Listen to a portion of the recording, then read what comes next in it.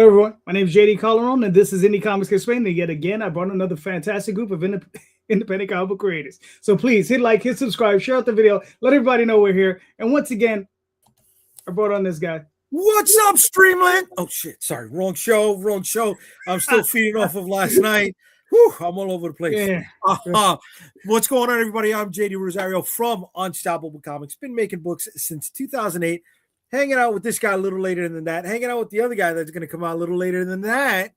And talking to a whole bunch of other independent creators who have been putting their money where their mouth is and making some kick-ass comic books. All right, cool. What's up, Tom? So you flubbed it. Mm-hmm. Who flubbed it? I flubbed it? No, he did. He flubbed it. Calderon to me. After we talked about it all this time, he finally flubbed one. Yeah. Oh, yeah. I flub him every now and again. Yeah. I do it every now and again. I thought you were going to say I ran too fast because, I mean, you know, I'm hyper. Yesterday was too slow. The week before that, I was somewhere in the middle. Yeah. I like my delivery. Tom Hutchison, Big Dog Ink Comics, been doing this for 16 years, celebrating 15 years of The Legend of Oz, The Wicked West this year. All right, cool. Hey, I didn't think you flubbed it. I thought the energy is what people are going to remember. They're going to remember the amount of energy you brought to it. You know what I mean? That's what counts. When you hear enough times, the flubs are what you notice. Right. Yeah. Well, you know what? The flubs are what we all individually notice. So, Aaron, please introduce yourself. I'm Aaron Cohen. I'm the co-creator and writer of Sticks and Stones Holiday Anthology, which is currently in pre-launch on Kickstarter. We are kicking it launching this week, and so we're super excited about that. All right, cool. Marcus, sir, please introduce yourself. Long time no see, fellas. Yes, sir. It's good to be back. I am Marcus McNeal, editor-in-chief of OdysseyComics.com. Good to come and talk to you guys again after a long hiatus, but it's good to see everybody and stuff for the conversation today. Yep. How you doing, Alex? Please. Hey, how are you? Yeah, thanks for having me on. I'm Alex Schumacher. I'm the co-creator and artist of Sticks and Stones, along with Aaron there. And yeah, like he said, we're launching very, very soon, and we're super excited. We got some fun, early bird stuff and rewards to offer, and we're raring to go. All right, cool. All right, gentlemen. I don't know how many of you saw it, but we got a show question. Right, as we all know, there's plenty of campaigns up on Kickstarter. I checked it today. We're at 315, which is down because it was 350 last week. So there are a lot of campaigns currently I'm running. What are you doing to set yourself apart? Right? What are you doing? Right? So the way this show works is last man in, first man up. Sorry, Alex, you're up. No, that's fine. So with Aaron and I, and he can expand on this too. Part of what makes ours a little different is we are kind of using it as representation for the Jewish community, and on our side it's much more about the cultural side, the traditions, the family gatherings. So for us, a large part of the differentiating between other Kickstarters is we're doing a Jewish book, and it's I like to say we're Mel Brooks Jews as opposed to Ben Shapiro Jews. So it's all fun, it's all love, and we really try to emphasize that.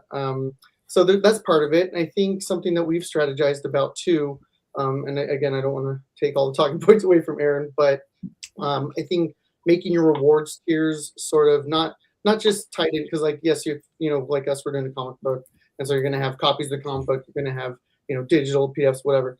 But it's also, I think, important to have it tie into the content and the theme that you're working with. So for us, we're doing some Jewish themed stuff, some retail tier stuff.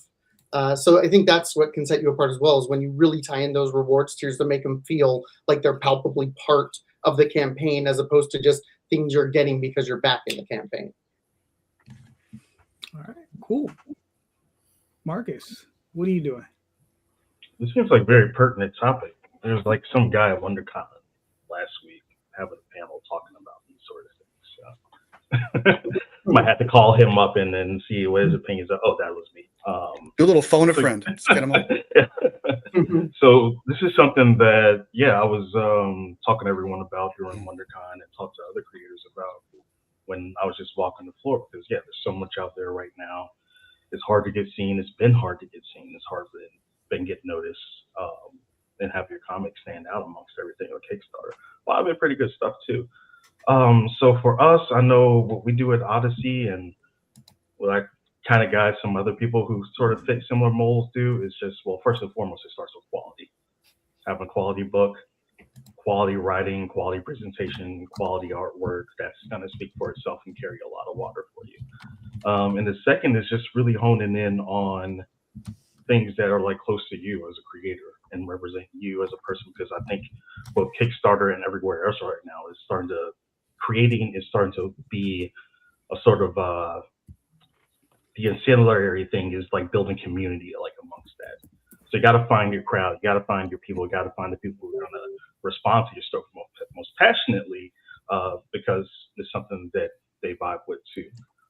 So I think when you come with a work that's like really personal and it's high quality, it's not derivative, it's not, not to shame anyone or anything like that, but it's not another Cthulhu book or, known IP or something like that, and you're bringing originality to it, you're always going to get a glance that's like, oh, I'm interested in this, and people want to do it. And for Odyssey, we get a lot of the same backers that come back and, pick things up, because they know we're always trying to do something a little bit different with like every book that we have, that's really outside the norm for what a lot of people might do or publish.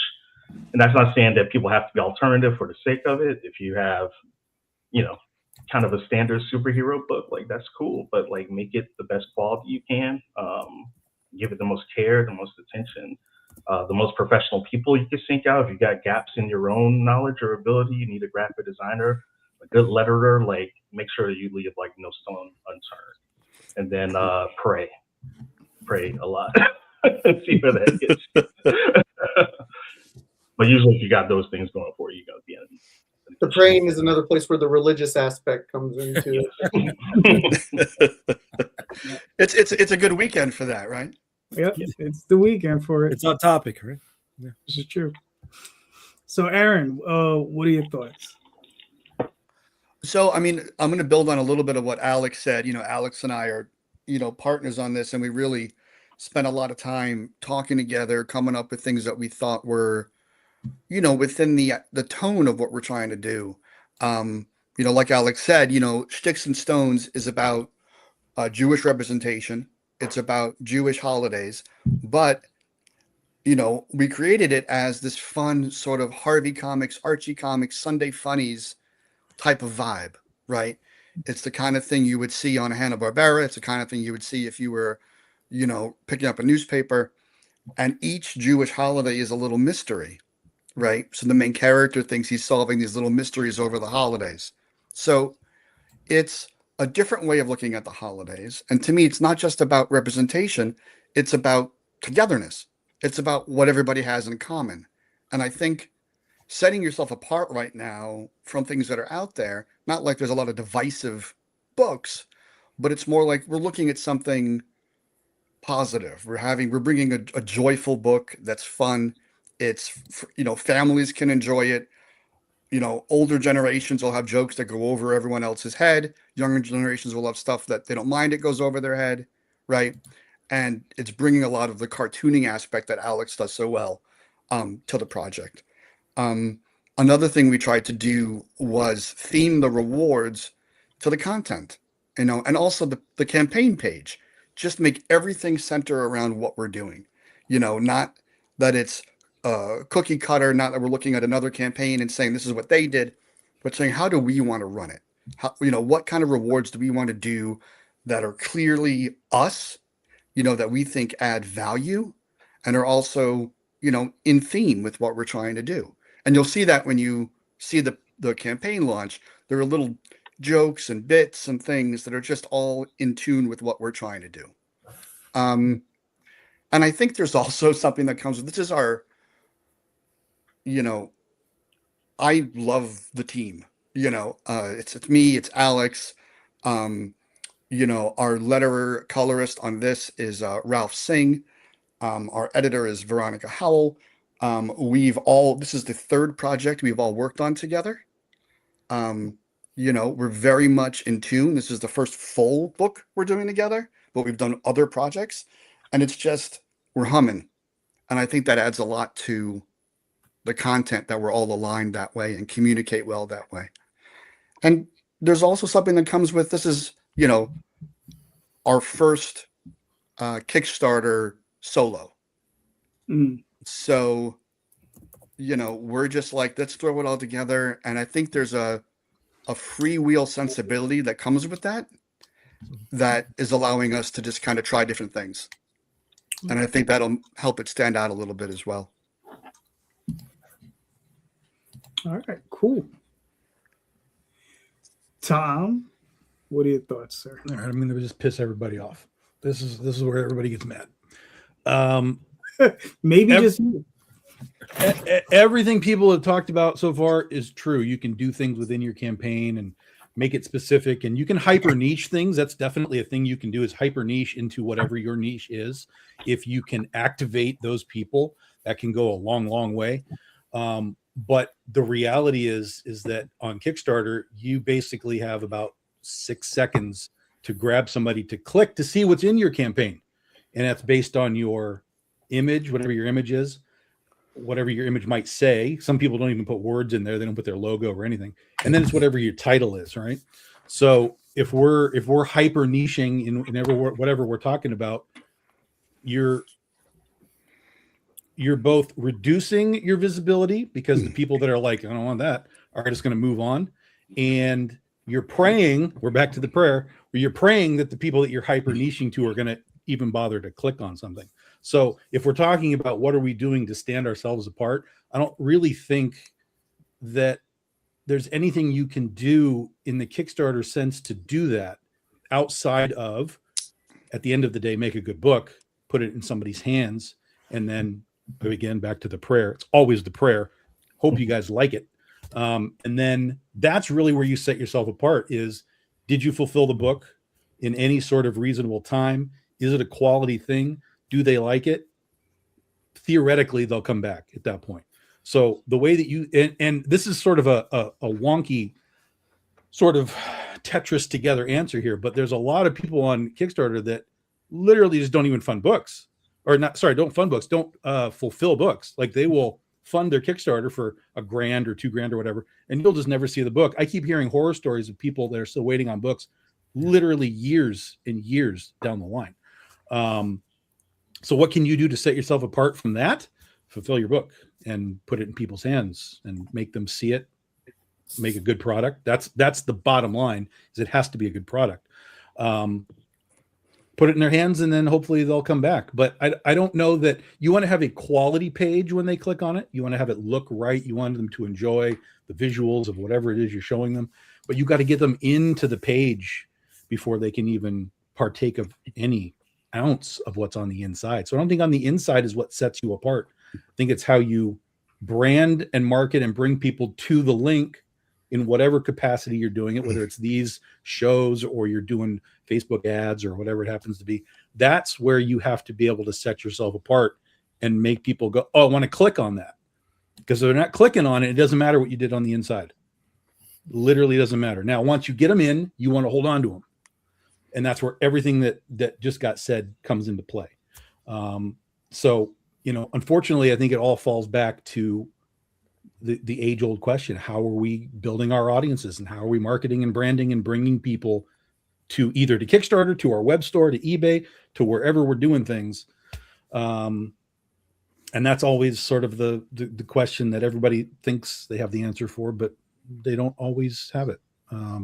Culture building in the context of like a Brian Pulido, that's super difficult. And that takes a team of people to do that over literally decades of time. And not all of us have teams behind us that are dedicated to doing that kind of stuff. So how do you set yourself apart? Make a good book first and foremost. And I think that has to be, and then the prayer that people like it. All right, cool. Jay, what are you thinking? Okay. Tig old bitties, right? Tits, boobs, right? Not penis, not vag, no, tits, right? You got a mouse, you put tits on it. You got the Wicked Witch of the West, you put tits on it. You got a guy with a shield, you put tits on it. Tits are gonna sell. I'm sorry. You guys mentioned Mel Brooks. Well, that's chasing trend. That's not setting yourself apart. No, but I mean, you guys mentioned, the guys, Aaron and Alex had mentioned. Oh no, it was Alex that mentioned Mel Brooks, right? Spaceballs, the movie, right? Merchandising, right? I mean, Spaceballs, the toilet seat cover, all of that stuff, dude. You brand it, but titty sell, guys. If you want to stand out, I'm sorry. This arena, okay, because it's not just a platform, it's not a genre, not a medium. This arena. I'm gonna argue with you right now, though, because we're gonna argue with them too. So because there's tiggle bitty campaigns that don't make money. Listen, Tom, let him finish. Okay, but more, all right, more than not. More than not. Yes, there's always exceptions to the rules. Yes. Do I want that to be a fact? No, it's an opinion. It's an opinion, right? It's what I see. Space. That's right. Spaceballs the movie. Spaceballs the sequel. It's in Kickstarter, just like the cliche, you can't judge a book by its cover. You have to, right? You said 6 seconds. They're scrolling. How many times do you guys scroll through Kickstarter? Right? Do you reload to get the next 2 lines of 6 images, right? I do, but I'm a little crazy like that. So. Right. I tap out. I tap out after 2 or 3 reloads. I do, right? And then when you go to actually click on a book in Kickstarter and you come back, you come back at the top again. They don't put you back where you left off at. So that's a pain in the ass when it comes to navigating the discovery section of Kickstarter. I never see an eHarso campaign fail, and they're the Titty King. LOL. This is true. Not just the Titty King, they also the AI King too. Oh, really? They love the AI. Yeah. But that's also Everett Harso. He's as much of a brand as Brian Pulido is. Yeah. But we can go as niche as as we want, right? And Aaron, Alex, I reach out to you, dude. I try to push a book as a Puerto Rican lead to the Puerto Rican demographic, and it right. I had to hide the peas in the mashed potatoes, right? Put this character within a team book and sell the entirety of diversity, right? To sell the one story that I wanted to sell. I had to build around it. And it's still an uphill battle. No matter what, we come into this, as much as we love this medium, we're fighting off of our back foot. So whatever advantage you can exploit, grab it. Because everybody else is, right? And the more that they do, the further and further our projects get buried. I'm not saying that we're not creative. I'm not saying that the ideas are not original. I'm not saying that the concept isn't worthwhile and supposed to be chased, right? It's still an art form. Go for it. But when you got these titty books, whether they fulfill or not, sucking the dollars out of every other campaign. Fuck, man. Right? So I don't think that's the case either, because people buying titty books aren't buying the Jewish book. They're not there. There you go. That's what I was different going to say audiences. too. Okay. We're not competing. We're not competing for dollars. Yeah. Not me, but I don't think anyone's competing for dollars. If you have different projects with different audiences, different genres doing different things. I mean, the only way you're competing is if someone says, I have a budget of this much money to fund books on Kickstarter this month, right? That's the only time it'll be like, oh, do I get a fraction, or does someone get a fraction of that person's Kickstarter budget? But otherwise, those NSFW books, your Puerto Rican book, someone else's Oz or Cthulhu book, power to them. That's where they are. If comics are proven anything, and not even Kickstarter as a platform, but if comics have proven anything, it's that individual genres exist in comics because individual genres have audiences. Superhero, romance, crime, right? Slice of life, Little Lulu, like it doesn't matter. There's an audience for anything. You just have to find your audience. So if your audience isn't the NSFW audience, they can have all their NSFW dollars they want. Yeah, look at just the perfect example is a couple of years ago. It's not in comics, but Barbenheimer. Two completely polar opposite movies came out at the same time, and they both did $1 billion in ticket sales. So it's the trick is always to be able to whatever audience you're aiming for is to be able to activate that audience. And you got Alex, take a note. We're going to do a Jewish Barbenheimer. The name's already right. We're going to do Barbenheimer. It's going to be fantastic. Yeah. So Barbenheimer. You got to get that accent across the title. Get it down. I feel the ideas are just going to build themselves. Look, I'm with you guys. Like a bomb. Your niche, right? That target. If you can reach them, they're gonna go for it, right? But there's still that impulse shopper, right? There's still that person that's browsing out there. And how do you get their dollar? How do you do it? I think if that person browsing sees a successful book, whether it's niche or whether it's in their genre that they want or not, they're going to look at it and go, oh, this is interesting. Or they like the image, like you said, Tom, oh, I like this image, or, oh, I like this thing. People will sample things.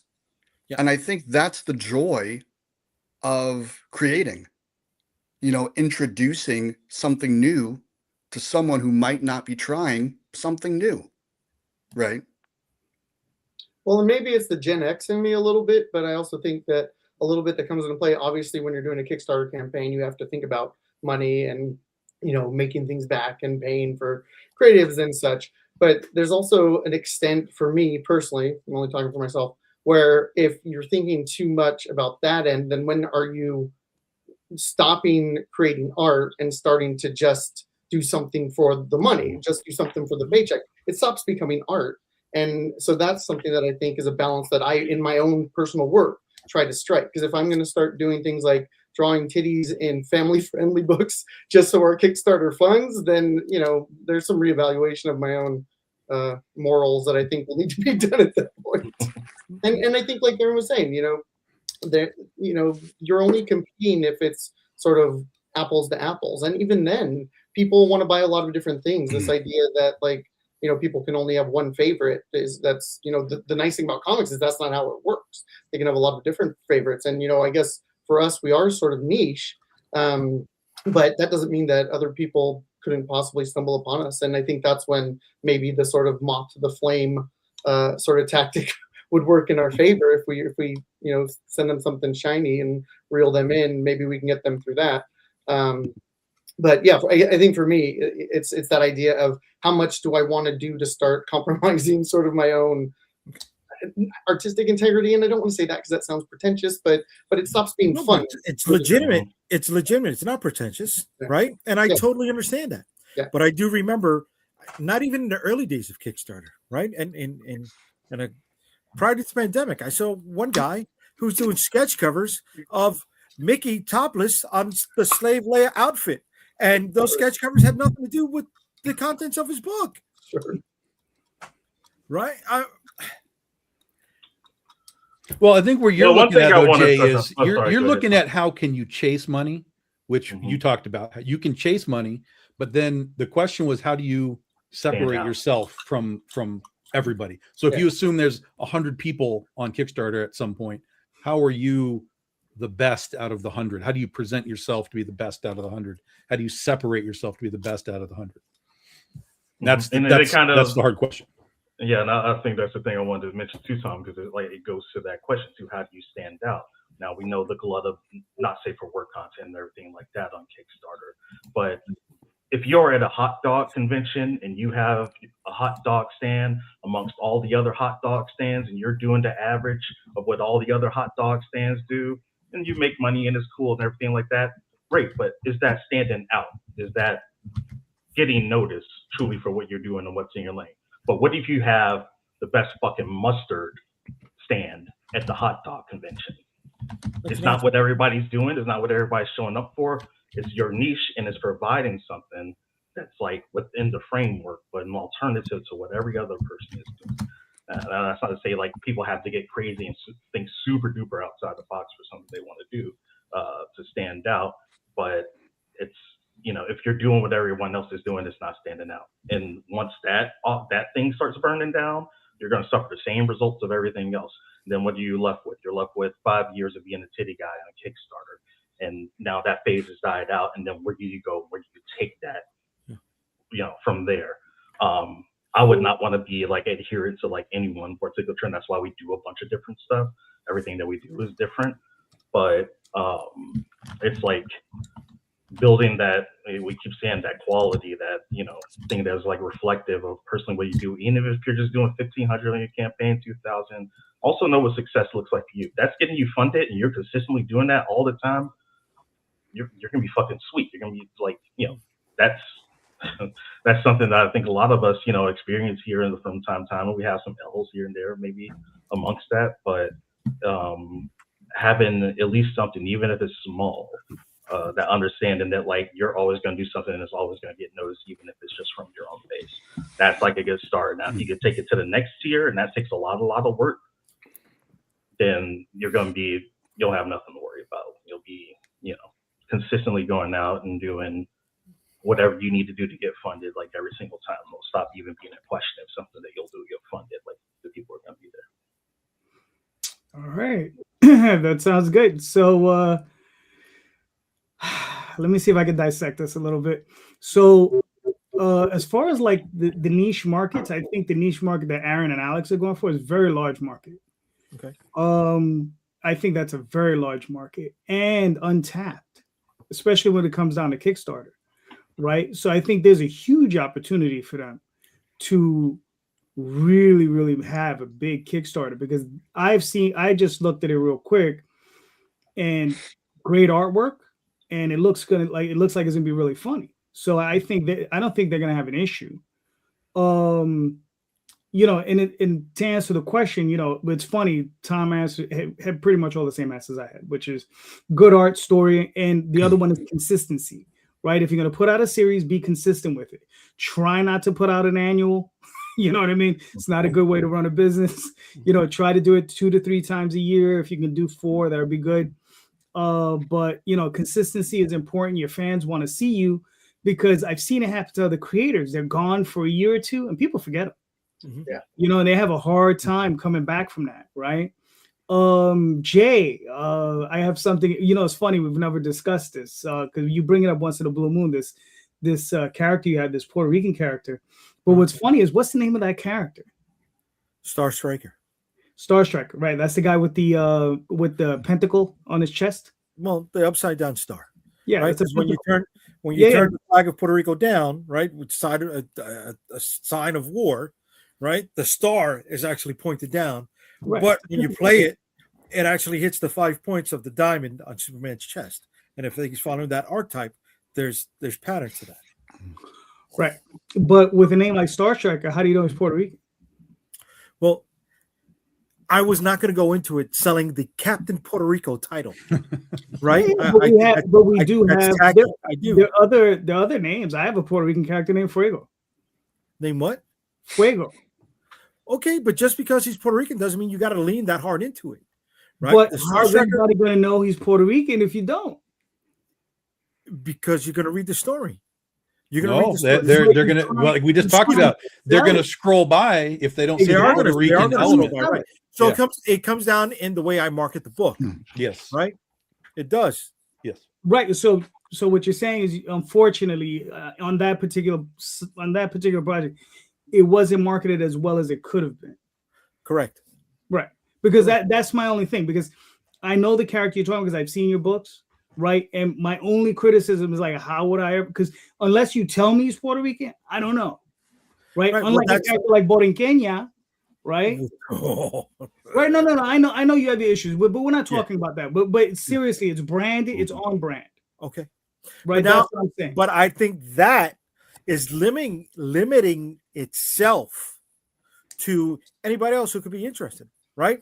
Does But that's what we're talking about is the hyper niche, right? Like Right. if the Jewish book, there may be people that are like, well, I just don't do religion. I'm out. I'm immediately out. But there's also a huge Jewish population that might go, yo, I've never seen anything like this, and activate. So, but that's also what you need to look at too. You look at someone like Alex said, like a Mel Brooks, right, or these other, comedians or directors or whatever they may be. Mhm. They have a very specific sense of humor, but it's universal. Okay. Right? It's for everybody. So yes, part of what you do is niche, part of what you do is not. I'm a firm believer in the idea that the more specific you are in the story you're telling, the more personal you are in the story you're telling, the more universal to everybody else that story is. Because everybody can relate to a personal experience, right? Everybody can relate to a family at a holiday because everybody has those relatives, regardless of whether they're Jewish or they're Puerto Rican or whatever they might be. Immigrant families at a holiday it's all about the food and it's all about the crazy and it's all about the voice and it's all about the loud. So the specific experience feeds the universal experience, and that's what pulls people together. And if that's niche, I'm all in, because I think that's what, especially in this day and age when everyone is sort of, not cookie cutter, but when everyone's kind of seeing a success and going, I want to duplicate that success, you try to offer something a little different.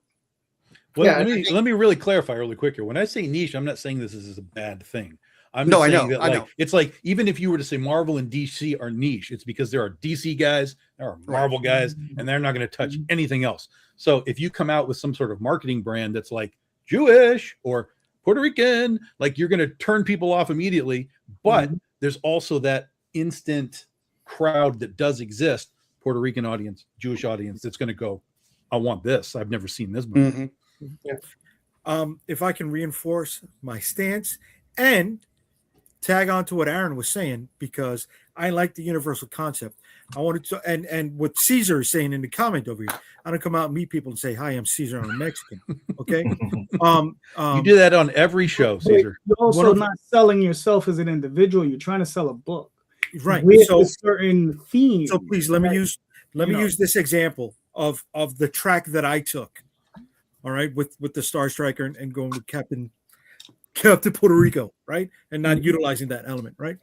Jack Kirby, Top of the Mountain, okay, made one of the most beloved characters in all of comicdom, based on what came through some of his heritage, some of his teachings with the Golem, okay, and that is Benjamin J. Grimm, the Thing. All right, he's Jewish, right? Whenever they can lean into that with a story, they do apply it. But he's a universally beloved character, right? It's there. You love him. But in that situation, they were just creating more characters within this Marvel universe that was happening. They didn't come in and be like, let's make a specific, like they kind of did it with the X-Men, where they're like, we're going deep into a reason for why we're making this. Okay, right. The Fantastic Four as a team was not like the X-Men in that sort of regard. All we're saying is that we're trying to say, how do you stand out, right? And the way to stand out sometimes is to niche down and attack a specific Jewish demographic, Puerto Rican demographic, whatever demographic, American demographic. Put an American flag on stuff, people will freak out and go buy it, right? I've had people tell me that they collect comics for no other reason than they see a playing card on the cover. Like people will collect for all kinds of reasons, but if you have a story, Alex, you got that covered. We got playing cards on our cover. Beautiful.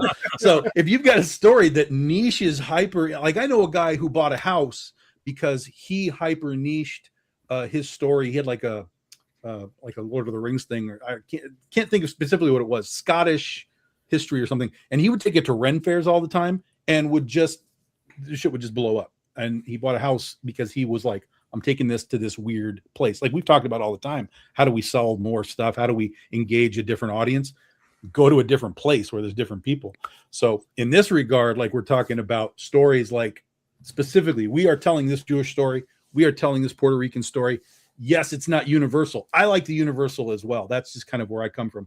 I totally agree with you. But at the same time, you can activate a specific crowd that will go crazy for something. If you market it right and get the word out properly, you'll be like, yeah, we lost these guys, but we gained all of these guys. And that's where you can at minimum like sort of balance it out. Well, and I think when that, is to some degree window dressing in a sense. I mean, it's still an important aspect, and especially for us with the Judaism, but it's sort of when you get past that facade and like we're talking about what makes you stand out. So, we're kind of leaning into that to reel them in. But then again, like the universality of everything is when we dig into the cracks, and it's like things happen in our stories, but what's happening in the quiet moments? What happens in between the gutters? What happens, in the characters' minds? And when you start kind of extrapolating that, even like in, family-friendly stuff, you're still going to hit nerves with people, with everyone. We've all been in situations where, we felt we didn't fit in, where we felt like we were maybe the outcast of our family, maybe that we were the only sane one in our family. We've all kind of experienced all those things. And it's when you get in between sort of the big events that is when you get the pieces that feel lived in and feel like they come from a real place. So I think Aaron and I also, one of the big things for us is to capture that aspect of it, which is really what gives it that sort of overall sort of, I don't want to say appeal, but identity. Point of ingress. Mm-hmm. There you go. And that's what's really hard to touch on. I think a lot of creators like struggle with that. So I don't think what you experience, JD, is like, outside the norm for some people, because it's really difficult to land on how you market that book, where you're touching on those things, you're providing those qualities, and you're communicating it through how you present it and who you present it to, and then it being like too subtle to get noticed or anything like that. Like we just, and that's kind of been like one of our strengths of what we do at Odyssey, right? It's like one of our last books we did was like, goth, like punk rock, like inspired, like emotional, supernatural, like mystery or something, like it's something in the YA on top of that. That is nobody that was in our audience before. It just didn't exist. But you know how to present together, you know how to distill things, right? And then it's not taking something away. It's not like reducing yourself. It's like you're cooking something. You're bringing out the flavors of it that you want to hit. It's got to hit those notes for the people who have that palate. And then when you do that and you're able to do it through your artwork, through your graphic design, how you're communicating, your copy, everything like that, you start grabbing those people. So we, blew past our expectations and we provided a book to a whole new audience that we were able to go out there and find and have people come back to us on the, campaign page and leave comments, just say like, just this concept is like, not like anything I'm seeing, like literally like that's what they say. Like this concept is cool. I haven't seen anything like on the Kickstarter. I'm picking it up just because the concept and what it is and what it's presented to me has like sold me on it. And that's the sort of like feedback you want to get. But like how you get there, it takes a lot of time, and sometimes it takes going to other people too, right? Who might not have the, quite inside perspective or the know-how that you do, but going to them and grabbing a coffee with somebody, whoever you see that are doing something, it's like I want a little bit of that juice. I always tell people like reach out to comic books, man. Like no matter where they are at what level in the industry, if you want to get some of what they got going on, send them an email, send them a DM. A lot of times, I would say probably good 75% of the time, like people, you'll talk back to you. They'll give you some input. And I do a lot of things where I like try to make time for people too, whatever they need me for. Try to, get back to anybody that reaches out. And that's what a lot of what it takes sometimes is like, we were saying this in our panel, but recognizing even with some of the stuff that I do, like sometimes I'm not the best person to like, really hone in on it. I might need to go someone else that can give me that extra squeeze that I need to be secure and confident in how like we're approaching it and go out there and make it stand out, hopefully. I got to throw a shout to a comment here. Caesar's like, what would have happened if Kirby's first character was Hebrew Hammer? Caesar, I'm all over that, all over it. I would. He was a boxer. He legitimate boxer, and he wore the Funko logo, the Funko Pop logo on his on the front of his trunks. It wasn't juicy. What's up? It wasn't juicy on the back, you mean, of his trunks? Never mind. We'll just move on.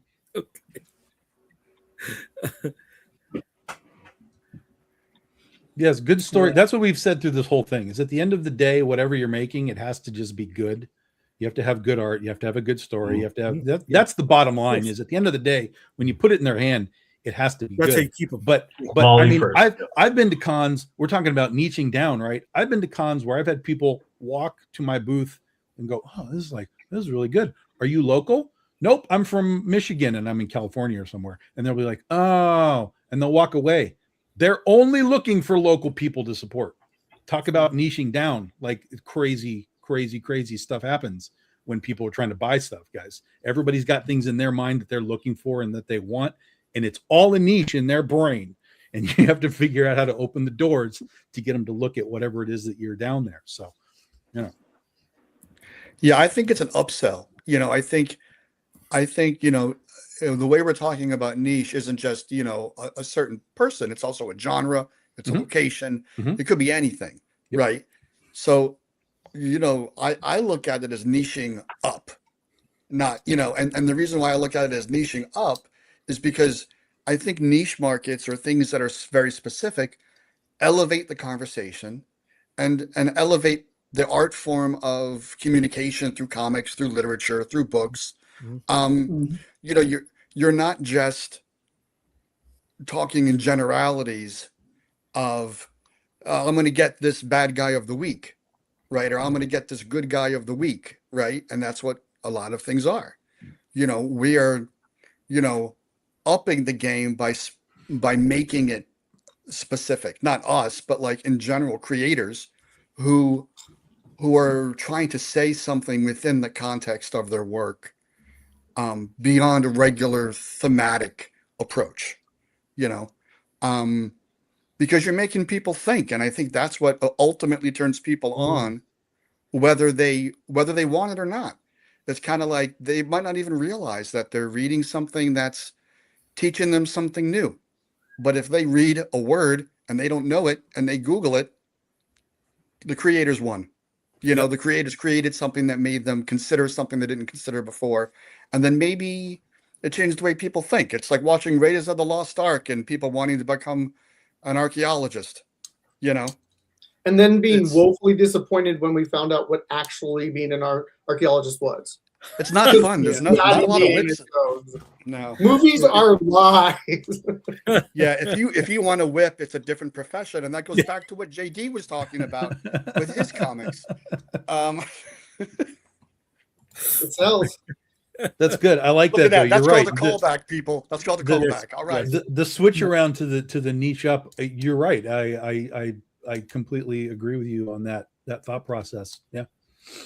But it's something that you kind of also have to do with you have to kind of scrutinize every step, because it's very easy to go over the line one way or another, and then suddenly you're too much into the sort of gimmick of it, or it becomes a gimmick at that point, right? I think that's a line that we try to toe, one with sort of the tone of the book itself. We keep it very kind of cartoony, bouncy, upbeat, and that's sort of juxtaposed with the mystery, the whodunit. So when you're keeping those things in mind, and you can keep it, like Aaron was saying, like niche up, you're still doing that in a very sort of measured manner, because again, like one misstep and then that's not going to work either. So and it's not lost on me how lucky Alex and I are, because we're checks and balances for each other. We really, are able to do that, I think. Unless Alex doesn't think so, then I take it back. No, Well, there's a way to even do that with. All right, this was a very lively conversation. I think we've kind of beat this horse to death at this point. But listen, there's, as I always say, like, gentlemen, sticks and stones, right? Yeah. So, guys, talk to us about this book. What do we got? An all ages family whodunit, man, with the Jewish Scooby-Doo vibe, Saturday morning cartoons, 80s animated features like Don Bluth, and the special spice that we're adding is a little bit of cultural Judaism just to mix it up a little bit. And so we've got these 3 Jewish holidays that we're featuring. And again, it's not even the Judaism aspect is an important part of it for us, because it makes the world feel lived in, and it makes it feel as though this is a family you can relate to. But what it's really about for us is accentuating things that connect us all, like we've been saying this whole time. So it's the large family thing. It's the being paranoid of family, as as they are a little bit. But it's all the balancing act between. And comedy is very hard. We were actually asked this question very recently on a podcast, like, what's harder to write drama or comedy? And every single time I'm going to say it's harder to be funny than it is to write drama, because actually making people laugh is quite difficult, especially in this format. So we really have to carefully plan things out, and I think we are. We have a wonderful, Aaron mentioned our editor Veronica Howell, who helps us do that and sort of keeps the trains running on time. But that's really what it is. It's a family friendly, mix, whodunit with Clue as an inspiration, and any of your favorite goofy mysteries. And I sort of say it's like a Saturday morning cartoon or a comic strip of Scooby-Doo written by Mel Brooks, to mention him again. So that's kind of the elevator pitch. Yeah, I think a lot of it is it's a love letter. It's a comedic love letter to families, to holidays, and to just people coming together, and to have this mystery tone to it, this kind of Scooby-Doo, Archie comics, haha mystery, and Alex does so well with these characters, the design of it. It's really I think available for a lot of different people to look at. The comedy aspect of it, as Alex said, is really a tribute to the team. I'm writing the jokes and the comedy in there, and then it's up to Alex to lay it out so it lands right, and then it's up to Ralph to color it so it looks a certain way. So we're really feel with the comedy aspect, and that's something that's you don't see a lot of as much anymore. Lands. Even with little tiny notes like when are you going to see a Jewish Akira cover, right? That's not going to be a thing. You're going to see a lot of other places. And then also with, even one of the panels down below, things that we reference. So if you go down a little lower, there's a funny thing with the one where it's just the cousin, a little bit lower, next page. Nope, one more, sorry. There you go. So on this page, the bottom. So here was a note where it was, for that last panel, it was, I wanted Ben comedically standing behind his cousin, like the Dark Knight when it was Batman standing behind Joker, only he's short. Right. And that was, Alex was able to take that and make it into this really hilarious little panel where it's just Ben's shadow behind him, whispering very non-threateningly, even though he thinks he's threatening. Nice. I mean, so guys, obviously this was a one shot. Do you intend on continuing this? Is like this is a holiday special, you're gonna have maybe another holiday, or Yeah, we're gonna continue. We're planning to continue it as a series. This is the first issue of the series. It's sort of something that we talked about. Wouldn't it be awesome to start with the holiday special? Because so many series, they kind of go on, and then later on it's like, hey, it's Christmas or it's Easter, right? And we thought, a Jewish holiday special would be phenomenal. It's a great jumping on point, because when's a better place to meet a family of characters versus the pressure cooker of the holidays? Oh yeah. Right. That's when you really see these families and these characters and who they are. And then after we introduce them at the holidays, then we can do Ben goes to the science fair, right? Or the family goes to Hawaii, like the Brady Bunch, right? We could do whatever we want. But Right. introducing the characters here, I think creates a great jumping on point and is really something that, we thought would be of interest to us to write, and then hopefully for others to read. All right. Very nice. I like it, man. It looks really good. I think it's gonna be an awesome. I think it's gonna be a huge success for you guys. Yeah. So great looking book. Really appreciate that. Thanks. Yeah. So everybody, please click that. Click that link. Stones on Kickstarter. Yep. When does it go live? We're planning for this coming week. Okay. So yeah. Okay. So very soon. All righty. Now, Marcus, what are we looking at here? Yes, sir. We'll see what it comes up. This is the next book of Odyssey Comics under our Paradox Entertainment imprint. So this is Kulvaran, The Seven Hands of Death, Book 1. This is from Sebastian Grazu Martinez and Nicolas Vivoletti. This book is a really dark fantasy animation-inspired tale following the events of this world where the embodiment of death is empowering these 7 warriors, and all sorts of terrible things have happened when somebody gets power like that.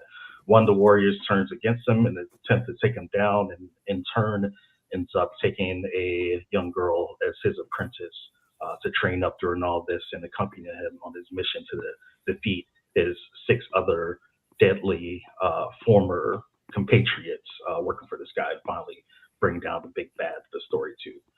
This is going to be a 4-part, 80-page graphic novel series. So each one will release as an oversized 8.5 by 11 hardcover. So that hopefully by the time we're all done, you give them a nice box set, and then of course we'll reprint it as a full hardcover graphic novel too. But also have a paperback value option for people who want to, back it a lower tier or maybe not have something like quite as pristine as something like that. So this one is, again, I think this is a good 2 projects to look at, because we were talking a lot about like standing out identity, how to incorporate that stuff in, and I think we're seeing it right here with these 2 things. Aaron and Alex's project. As soon as we got on the page, it was just like, obviously I knew they didn't have to tell me about basically anything involving, Judaism or anything like that. It comes through like as soon as you start looking into it. And here we're dealing with, with folklore that comes out of South America. Razu is based out of Uruguay, and the design elements of things from that cultural background are baked into the story, is dealing with that mythology, and that doesn't really have to be communicated from you. Look at it and like that flavor is like upon you immediately when you see it. Then of course we lean very hard into this like Jenny Tartakovsky, like Samurai Jack, Primals like sort of vibe to the artwork. We're doing in black and white with pops of color, but full values, everything like that, making it look really rich. And then the story is awesome too. It's got heart, it's got emotion. It's like both mature, but also something that like younger kids will be able to read too. Because it's graphic, but there's not like just disgusting things like that going on. So it's got a good swath of audience that it should appeal to. And I think this is going to be one of the more really like special projects like we put out this year.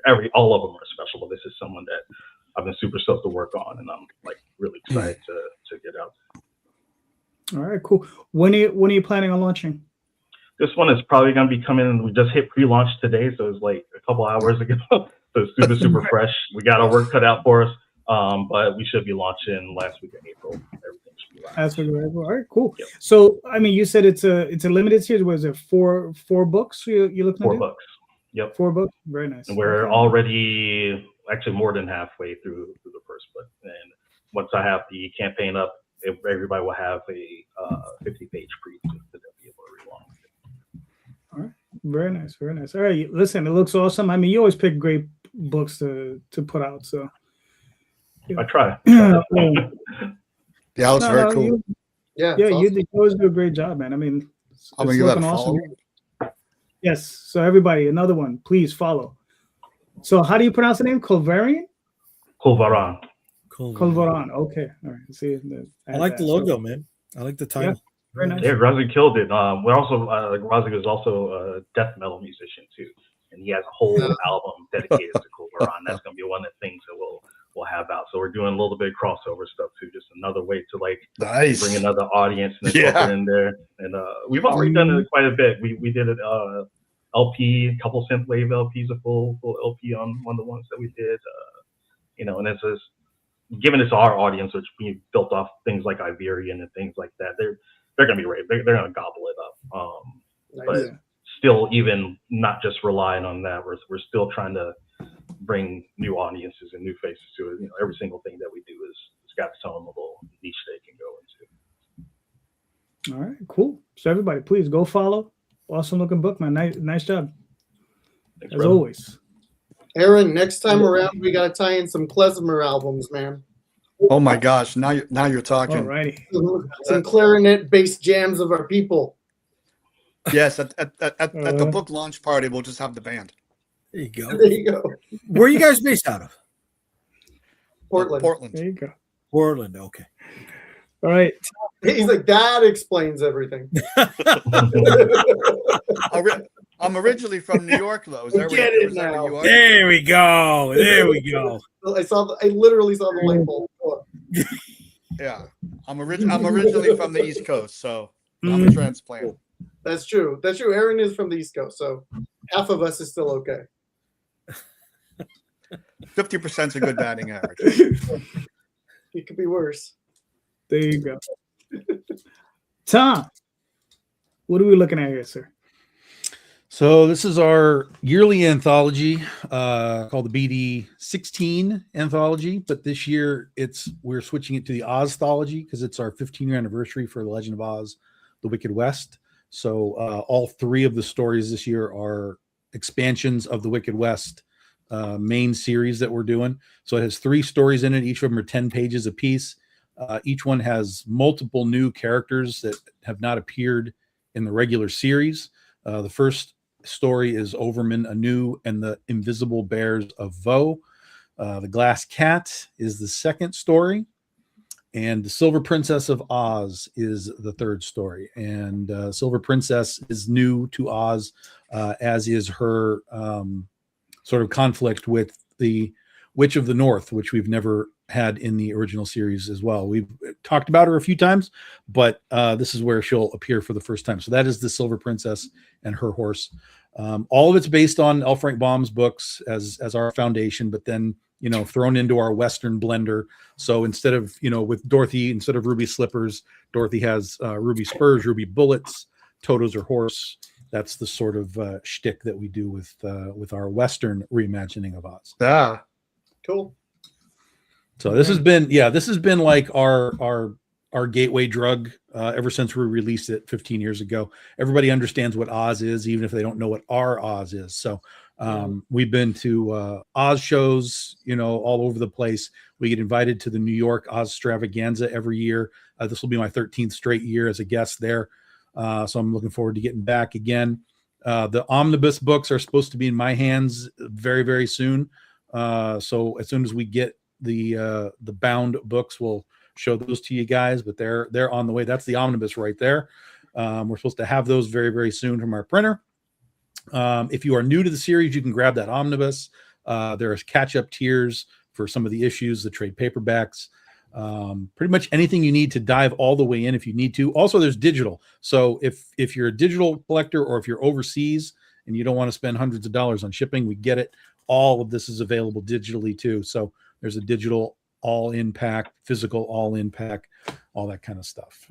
There's fancy covers if you like the really fancy stuff. There's foils, there's metals.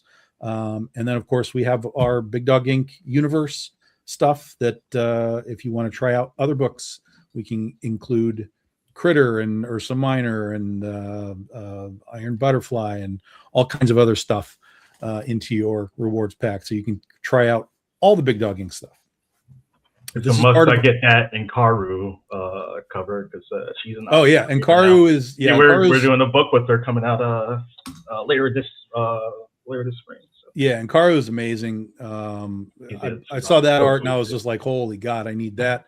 So they did that Scarecrow cover. First time artist with us, and Karu, first time artist Pablo Munoz on The Witch. First time artist throughout the entire book itself. Sergio Rios, Samir Samau, Sean Lee, They killed it. Donnie Hadiwijawa. This is an all new book, like almost cover to cover all the way through. So it's really beautiful. Asher B on the Glass Cat cover. Just a great, mix of Oz stuff. And it's really all new, like all the way through. All these characters, all these stories expand on the series. So we're celebrating Oz all year long. So we did our first campaign in January. If you missed that, there is still a, what do they call it? I can't remember what they call it. What? The still taking pledges, late pledges. There's late pledges that you can get on that from January. The next one will be launching like the end of July, early August, once I get back from San Diego.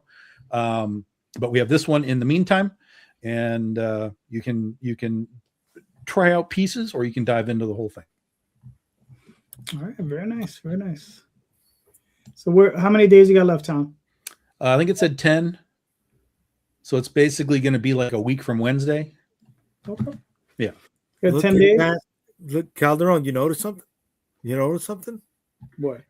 On his campaign yesterday, when he was on my show, he was in the upper 6,900s. Now he's at 7,114. You know why?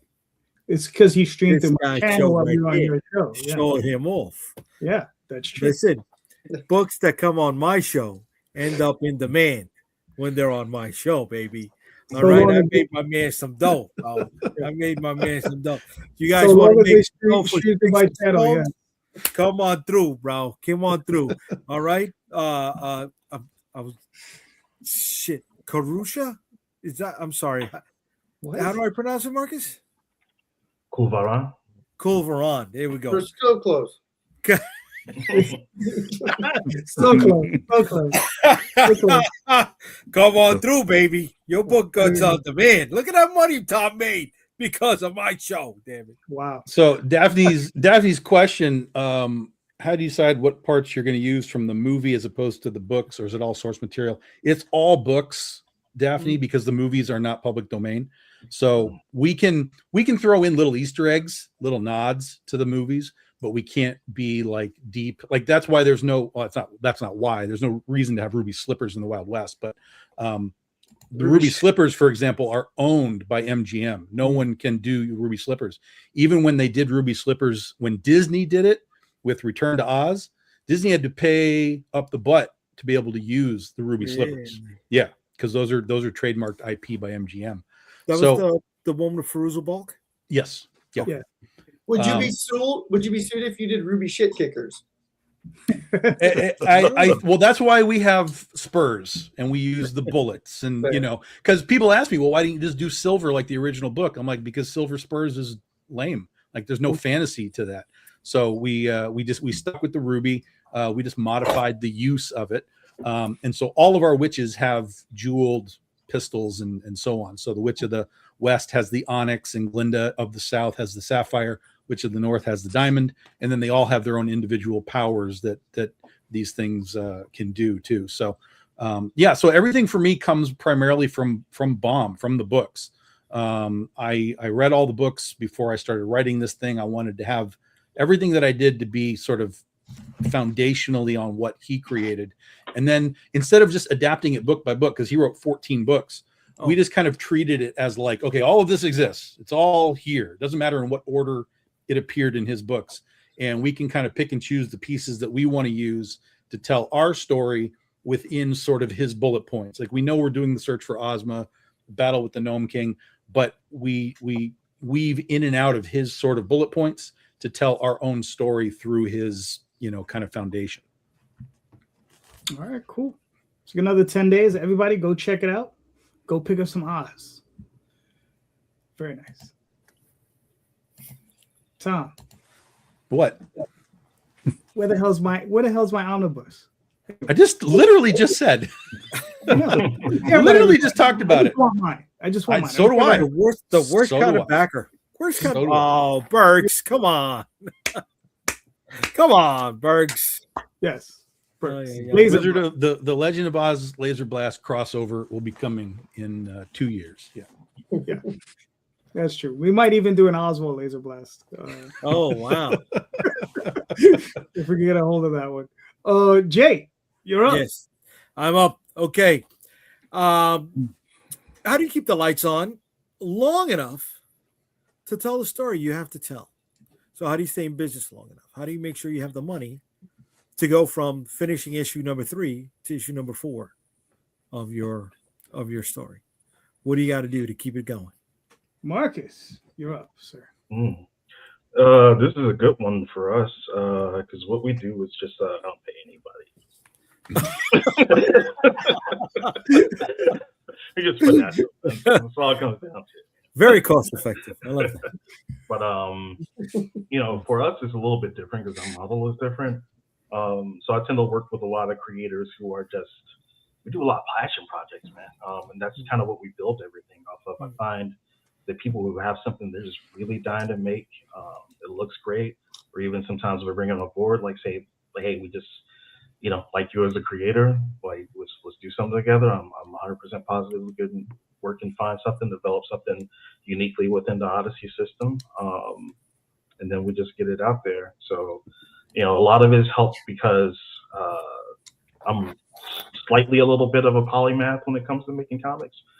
So whether it's letters, design, formatting, anything like that, outside of the core artwork that we need, I don't have to pay anybody for basically anything because that is all on top of me. So and I'm able to do it at a quality enough level to where it's hard at this point in time when I don't want to do something, finding someone that can match the level of care and design and everything that I put into it. So that already alone just takes our overhead down like $1,500 on every project that we do. So when we're doing something new with someone, we know exactly how much we could get in for. After doing so many campaigns and having so many different types of projects that we put out there, I can calculate within a couple $100 of what a campaign will do and how things will get dispersed and everything like that. If we need to scale a project down a little bit, play with the formats, how we release things, we also do that. So for us, it was finding the most economic means, not just of doing things, but also I'm working with things where, by and large, I'm not paying I'm getting stuff out there. I'm selling books, and as a publisher, I'm making money off of that. But everything is going, as much as I can get to the creators, is going to the creators. And that's usually a situation that, of course, keeps them happy. So they'll keep putting out the books, as long as they have basically a guarantee that we're going to fund the Kickstarter, no matter what we do. And then the times I have to cover gaps and dues they'll come up, and it's tough, but that's the nature of the business that we're in. Just make sure you're in a situation where you don't have to eat your shirt. You're not overcommitting to something that you probably won't be able to do, and it's out of scope for the audience that you have. I know that if I have a book that needs $3,000 to get it done and make it a reality, I know I can do that. If I need a book that's going to need $15,000, it's probably out of my scope and I can't do it. Maybe we need to break that down into smaller releases, whatever the case may be. And we sort of have found this format that works for us. So as floppies are becoming a tough thing, especially one-shots are still doing great, but it's hard because so many people have been burned on just exactly what we're talking about. You get the 1 out, maybe you get the 2 out, maybe you get the 3 out, but your 10-page magnum or 10-issue magnum opus that you have planned, it doesn't happen. And there's a lot of number 1s in Indie Comics that don't have number 2s for that reason. So what we've been doing is we sort of get to a level where we have 2 things all ready to go. We've been playing with this format of releasing these 48-page to 80-page chapters. So instead of getting a regular floppy comic, you're essentially getting 2 to 3 floppies in paperback or hardcover. This hardcover's been going fucking crazy for us. It's a whole audience that we found that we brought in now. And I can pump $30 hardcovers to people versus having to manage cheap floppies, covering all of that gap, raising what our ceiling is in terms of what we can do with a campaign. And that becomes even more lucrative and more easy to get stuff done. So now if I have a 4-issue series that I need to get through, I just did 2 campaigns and it's over. You know, if like with this case with Garazo, we could work and grind and try to get, $25,000 to do the full Rahan campaign for. I could break it down into 4. Know that that's within easy earshot of what we typically do on the campaign. That's like our basement, pretty much like our floor. So those are going to get done in certainty. So we come out with 1, we'll do 2 and 3 and 4, and then that's done. And then you can sort of reheat your nachos too, and do extended stuff. It's like, oh, we did that. Now you can get them in a box set, or now we can do a campaign that's just for the omnibus or the full graphic novel. And there's different people that will pick up every single one. Some people will love the box set. Some people will love just having the full thick book, and there will be people that move across all of them, and they'll want every format that it comes into. And that's where it becomes really cool, because you're just, you covered the production already, so you're just really just bringing in extended, pure profit basically at that point in time. So really playing around with that format, being flexible with who you work with and how you do things, and then of course making sure that you did all your number crunching properly beforehand is going to help make those a lot easier. All right, cool. I want to touch on something too. Daphne Lage Art said something in the comments about, I don't remember the exact comment, but it was about having a job. Part of the question was, how do you keep the lights on when you're creating these comics? Part of that is getting a job, and I think that's a part of our industry that's often not talked about enough. It's this is how a lot of your favorite creators continue to do what they do. The percentage of creators who actually do create for a living, and that's all they do, they don't need any outside funding, is a very small percentage. So there's absolutely no shame, and because there's this prevailing and pernicious thought that if we have a day job to supplement what we're doing creatively, that somehow we're a failure and we haven't succeeded, and that's absolute garbage. So I want to make sure that we touched on that, because it's a great point. Yeah, unfortunately, there's also the other side of that coin where people think that if you're making money on Kickstarter, you're scamming people. It's like, oh, I made my book and I paid my electric bill too, and they're like, well, why the fuck did you do that? Yeah. I've finished campaigns and then gone to Disney World, and I'm like, I don't even want to talk about it online, because I'm like, they're gonna you just took the funds and went to Disney World. What the hell? And I'm like, was that not one of the reward tiers you added, JD? No. Send my family to Disney World? That it should be. We do have to do things that we deserve to be rewarded for our hard work too. And some people are like, oh, you made a profit. You should ideally try to make a profit if you're doing something. If it's a few $100, hey, it's a few $100. Profit. What the hell is that? Profit. Plumbers, teachers, postal workers, they all use their money to take vacations with their family. Yeah. What we are doing is a vocation. Why is it frowned upon when we use some of that money we've allocated for things that are that give us pleasure? It's treat yourself. Why not? Nobody goes to a fine art gallery and see that painters are selling their paintings and be like, oh, you're selling it. Yeah, look, I got an entire iced coffee that I got right here. Look at that. Huh? Look at it. Just spending money. So you don't even funded have a on the comic Kickstarter and yet. bought a coffee. That's crazy. Didn't even launch yet, and I'm already getting my iced coffee. You're in the He's hole. so sure of You're in the himself. hole, He went to Starbucks. He's spending our chickens before they're hatched. Sorry, Alex. I'll get you one next time. I like to buy a car every time I finish a Kickstarter. I just pick up a new Matchbox, $2 at Walmart, brand new car. There you go. Why not? All right, cool. Well, Alex, I know you jumped in. Do you have anything else to add, or? Yeah, I mean, I think so. So for Aaron and I know we sound, very self-assured and authoritative, but this is our first campaign. We don't know what the hell we're talking about for the most part. Now, I will say with the caveat that we also have learned a lot, and we've done a lot of research, and especially Aaron, and we're working with a couple of people who really know what they're doing too. Shout out Joey Galvez, who is slogging through this with us. So you're a champ. Yeah, but I think so for us, it was a big learning experience, and so it's this is the introduction to get to the next one for us. So as far as making money, keeping the lights on, that kind of thing. I think we're focusing more on getting to the next one, which was the other part of that question, because for us, that's the ultimate goal, is to get to the next book.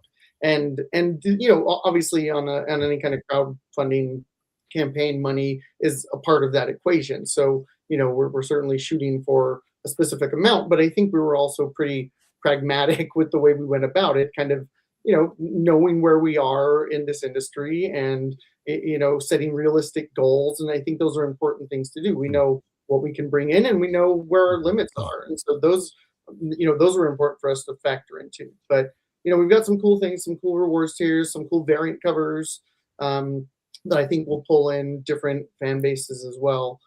So yeah, for us, I think this is the bridge we're trying to build to get to the next book. That's kind of the main, and the lights we'll let our spouses worry about for now. I'm just saying, I just have everyone turn the lights. By the way, I just have them turn the lights off. Yeah, well, there you go. The lights. Do we own PG&E, Aaron? Yeah. Do we own PG&E? Do you have to have the bathroom light on? No one's upstairs. No one's upstairs right now. Come on, you guys. Let's just turn them off. Just a big boy night light. Yeah, just the ones that if you walk by them, they turn on. I agree. They still have that, Alex? Yeah. Do it. Yeah. I'm an analog guy, man. No smart lights for me. Alex and I, just to jump in on that, on the same thing, we're kind of lockstep on where we are with how we think about things and how we're trying to kind of get this together. This is the first, like you said, the first one that we're doing together, that we're launching out. We're looking to do more shticks. We have another, a YA sort of graphic novel that we're batting around, so these types of projects, we're kind of seeing this as, in that way, to that regard, in terms of, being able to fund it and keep lights on in a, saying capacity, is we're just keeping it simple. We're just trying to keep it focused on the book. We're focused on, this is the story. We're going to make it amazing. It's going to be something everyone's going to want to be a part of or like or read, or we just want to create something good.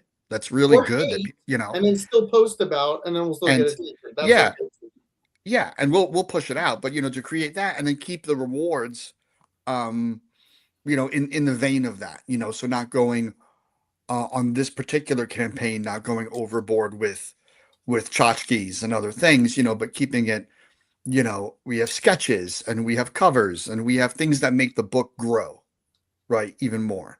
And so we've sort of simplified that, and I think that's kind of a tactic we're using to try to, keep things streamlined from the financial perspective as well. All right, cool. Tom. Yeah, it's you got to sell your book. I mean, that's the bottom line. Honestly, you got to sell your book. You got to have a book that can sell, that you do sell, that will make you money. Whether it's Kickstarter funding or whether you're at a con or whether you got a website, you have to make a book that's going to sell. Now, certainly you can have, like everything's been talked about here, you can have a job that helps fund all of that, of course. But there's only so much. If the book isn't selling, there's only so much money you're going to want to keep shoving into something that's not working. You have to be able to say, you know what, that is not working anymore. So we're going to stop putting money into that thing, unless you're just happy for that vanity press, which is a thing. People just are like, well, I just make a thing. It doesn't matter how much it costs. I just want to make sure it gets done. But at the end of the day, you have to have a product that sells, a book or a movie or TV or whatever you're doing. It has to sell.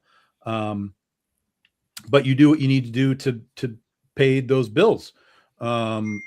Get a job, live a lower standard of living to some degree. I mean, like for me, I don't wear, there's no jewelry on me. I don't wear watches. Like I'm not buying cars and taking trips. I'm not going to Disneyland, Calderon. It's even Disney World, sir. Right? I'm just saying, right? Probably 50% of the clothing that I wear now, I had 10 years ago. So I don't like buy clothes all the time, and I live a lower sort of standard of living in that context, which allows the money to kind of, whatever I do make, to kind of pay the bills and then go back into the comic books. And And then we've been lucky enough that our campaigns generally pay for themselves anyway. So we kind of get that general sort of, okay, yep, money, put it into the next one, money, put it in the next one.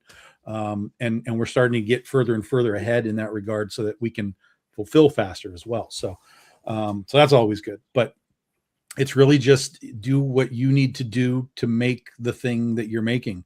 If that's a 9-to-5 job, if that's a part-time job, if that's stop eating at McDonald's every day, to put an extra couple $100, every couple of weeks into your account, whatever it is, just find a way to scrimp and save as best you can. Living that Joe Matt lifestyle, man. Yeah, I mean, Alex, Aaron, Tom is just trying to show himself to be humble. That man owns a lake, so don't So he's trying to show some humility. I'm just well. If you never buy new clothes, you have lake money, I would imagine. That's what I'm saying. Lake clothing is very minimal. A couple of pairs of shorts, a couple of t-shirts. Just I don't know what else jump you need. in the lake. Don't jump in the lake with your clothes on because it'll ruin them real fast, and then you'll have to get new clothes. Well, that's what he's saying. He doesn't need much for that. And he wears high top flip flops in the wintertime. No, they're not high tops. They're fur lined. Oh, fur lined flip flops. Yeah. Much better. Yes. That's a joke. All right. So, wow, how do I even go about this one? Like I said, the way I run my business, or my very expensive hobby, as I like to say, is all right. You have to start off with a large sum of money, or reasonably large sum of money. Gather a bunch of art from various artists, stockpile it, and then start doing Kickstarters. And then you cycle through that money over and over again. So that the initial investment is X, and then you just have to just keep getting that money back, and then just keep reinvesting it back into the business, right? Because like I said, whatever I get, I put back right in. So it's and the thing is, my campaigns do make a profit. I joke a lot about it, but but whatever I make, I put right back into it. And it look, I just got back my 8th trade paperback, right, on the Oswald Chronicles. Magi's Grace is running out. It's gonna have its first trade paperback. I'm running another title called Dreamweavers. That's gonna hopefully run its course, and I'll get another trade for that. But yeah, I mean, it's a thing of just I started off, like I said, with a decent amount of cash. I just got lucky at some point. I owed somebody $5,000, and they just didn't collect the money from me. They were like, yeah, whatever. Right. And because of that, I took those funds, and most people, they put in their 401k plan, or they buy a car, or they go on vacation. I was like, let's make a comic book. And that's what I did. So and what I did was I just used that money, and I just sold the book. And by continuously selling the books, I just generated more cash. And by generating more cash, I just put it back into the business. At the very beginning, I thought you were going into that old joke, like, how do you make a small fortune in comics? Yeah, I know. Yeah. Start with a big fortune. I started off with a very, very, very, very small fortune. So You know what, Mazel, good on you, bud. Yeah. That was a buddy of mine. He I had to pay for something that he had done for me, and he quit the company and deleted all the files, like all of the receipts, because he hated another manager. So I went to go pay this sum, and they were like, had no records of the transaction, nothing. And I was just like, oh, okay. That's good. This might have made us all accomplices. Yeah, I know. But it was a long time. I believe that's called fraud, JD. I don't have anything to do. I didn't do it. I went to go pay. They had no record of it. None of my business. But it happened a long time ago. The statute of limitations ran out. There you go. There you go. Jay, up to you, brother. Yeah, I got nothing. I'm looking for answers. I need help. You sell Galactus. That's step one. Galactus is not going anywhere, bro. That's it. He stays right where he's at. Yeah, no. I just, I want to see how people are doing it. Because yes, I am one of those 9 to 5ers. I will never deny that. And I've hated it every day for the last 22 years. Right?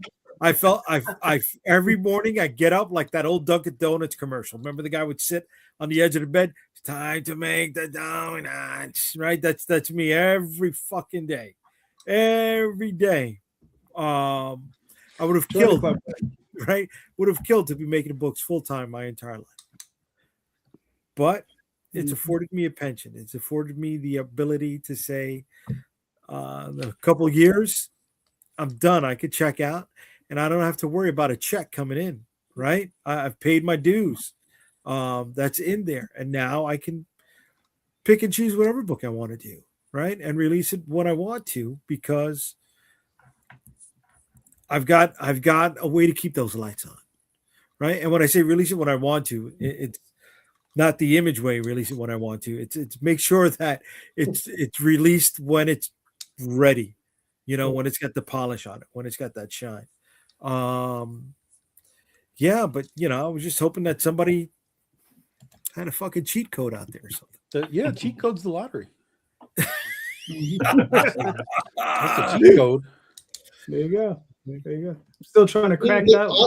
Thoughts between winning the lottery and becoming like a superstar creator are essentially the same, right? Yeah, pretty much. Yeah. Why not? Go for broke. We're spending money on this. Let's spend money on a little. I think you got a better chance at winning the lottery. The odds are in your favor getting a $5,000 hit or something. You're probably more likely to win the lottery, really. Yep. Tom, you're up, sir. Oh, I got no questions. You got no questions. Tom, good job again. No, good job. No questions. No questions. You got nothing? You got nothing? You got no questions, Your Honor. All right. The defense rests. You're lucky I got you covered. I know you do. Get the Rolodex. I guess this is a softball one. How are you dealing with finding new talent to work with? It's not a right. So how do you guys? It's a softball question. It's not a softball question. Luckily, Aaron old so talent. Alex, there you go. So how do you go about finding new talent or old talent? Yeah, I mean, Aaron found old talent with me. So like we had a buddy, Tom Wolf. Tony Wolf. Tony Wolf. Oh my God, how did they? Apparently, a better buddy than me. Parent brain. Tony Wolf. He does Views from Greenpoint. He's worked with Cosmic Forge Line. He's done a bunch of things. Anyway, he's super talented guy. Super talented guy. And so we just got lucky with that introduction in that way. But I think conventions are still a big way, even though it's sort of thought of as old school. I'm sure you can. A lot of people recruit on social media, and that's all well and good. But I think for me, the thing with social media is you see things that they post. You don't know how long it took them to do that. You don't know how many times they had to redo it. It's like, and when you're doing a comic book specifically, you need somebody who can produce and can produce it in a relatively short amount of time, a lot of the times, if you're going to work professionally. So I think conventions are still a good way to do that, because you can talk to people. You can see what their process is like. You can see if your process jives with theirs. So it's still, I know a lot of the conventions lean into Hollywood and movies and toys and all the different facets of fandom at this point. But when you dig through all of that, there are still some pretty good trade shows happening, and you could still make some really good connections with other creators, editors, publishers, whatever your sort of aim is in networking. So I still think the meetups, or the in-person stuff, is still a good way to go. There's no online dating for creators quite yet. So until somebody maybe that's a new idea for a site, who knows? But I still think that the in-person stuff for me personally, is a way to gauge that and find new people.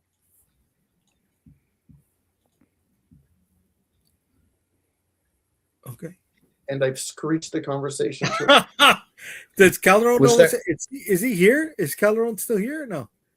Was there a record scratch? He is absolutely in the Yeah, I don't know. bizarro universe I right think now.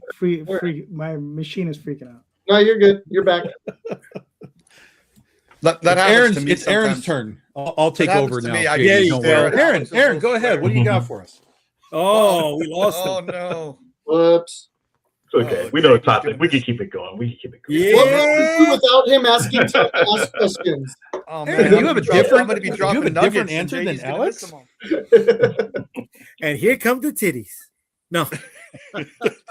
So your catchphrase can use a little workshopping, maybe. I don't know. I I told him I would do this, and I don't want to let him down. So hire Joey Galvez if you're ever in the market for somebody to design your Kickstarter page. Okay. Way to go, Joey. Yeah. marketing for shout out there, Joey. bro. Go Joey. He's the best. Yeah. So what are we talking about? How do you get new artists? So like Alex said, I was introduced to Alex through a friend who's an artist. Not and named writer. Tom So- Wolf. named Tony Wolf, and his illegitimate twin brother Tom. God, I hope he makes this. So what I still find that the best way, and I've met a lot of artists and other creators through artists and other creators. I feel like there's a litmus test to that you don't always get at cons or other places where it's not just, wow, I love this person's art, but it's kind of like if you have a friend of a friend, you might likely get along with that person because you're friends with A, and so B's kind of goes along. So it's sort of like it's that culture and that relationship. And, I know a lot of people can, turn out a lot of work and a lot of creations and a lot of projects, but it takes time, and you're going to be living with this person and creating something and working together for a while.